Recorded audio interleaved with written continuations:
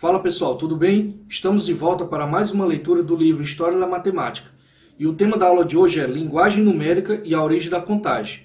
Acompanhe comigo. O homem difere de outros animais de modo mais acentuado pela sua linguagem, cujo desenvolvimento foi essencial para que surgisse o pensamento matemático abstrato. No entanto, palavras que exprimem ideias numéricas aparecem lentamente. Sinais para números provavelmente precederam as palavras para números, pois é mais fácil fazer incisões no bastão do que estabelecer uma frase bem modulada para identificar um número. Ou seja, visualmente era mais fácil para eles identificar um número com uma marcação do que escrever este tal número. Se o problema da linguagem não fosse tão difícil, talvez sistemas rivais do sistema decimal tivessem feito maiores progressos. A base 5, por exemplo, foi uma das que deixaram a mais antiga evidência escrita palpável, mas quando a linguagem se tornou formalizada, o 10 já predominava. As linguagens modernas são construídas, quase sem exceção, em torno da base 10, de modo que o número 13, por exemplo, não é descrito como 3 e 5, mas como 3 de 10, ou seja, não era 5, 5 e 3, mas era 10 e 3.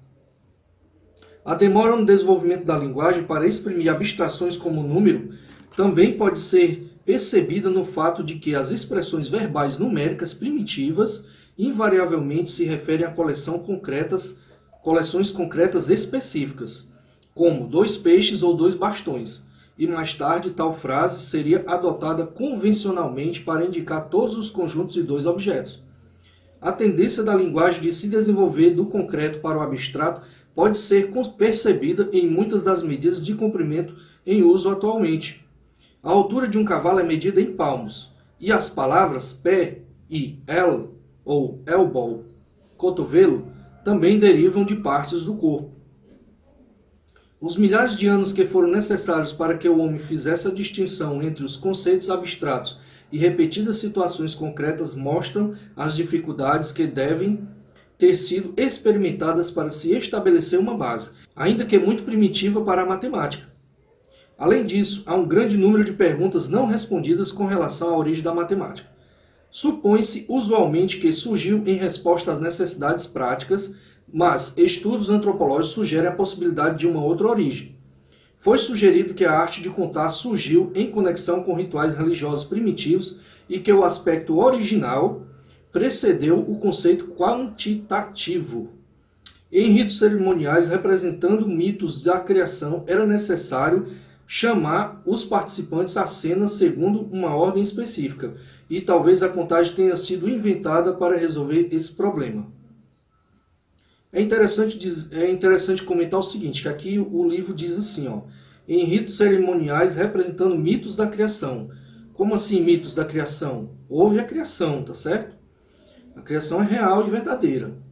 Se são corretas as teorias que dão origem ritual à contagem, o conceito de número ordinal pode ser precedido o de número cardinal. Além disso, tal origem indicaria a possibilidade de que o contar tenha uma origem única, espalhando-se consequentemente a outras partes da Terra. Esse ponto de vista, embora esteja longe de ser provado, estaria em harmonia com a divisão ritual dos inteiros em ímpares e pares, os primeiros considerados como masculinos e os últimos como femininos. Tais distinções eram conhecidas em civilizações em todos os cantos da Terra, e mitos relativos a números masculinos e femininos se mostraram notavelmente persistentes. Lembrando que aqui se fala muito em mito. Através dessa leitura, nós podemos notar que tem também muito do pensamento do autor, não só do que aconteceu, mas os seus pensamentos são expostos nessas escritas. O conceito de número inteiro é o mais antigo na matemática e sua origem se perde nas névoas da antiguidade pré-histórica. A noção de fração racional, porém, surgiu relativamente tarde e, em geral, não estava relacionada de perto com os sistemas para os inteiros. Entre as tribos primitivas parece não ter havido praticamente nenhuma necessidade de usar frações. Para necessidades quantitativas, o homem prático pode escolher unidades suficientemente pequenas para eliminar a necessidade de usar frações.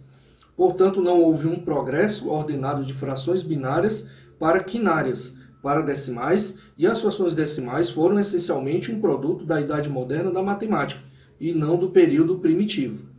Pessoal, se você gostou do vídeo, não se esqueça de se inscrever no canal, dar o seu like e compartilhar nas redes sociais. Na próxima aula, nós continuaremos a leitura do nosso livro História da Matemática, tá certo? Até a próxima. Tchau, pessoal.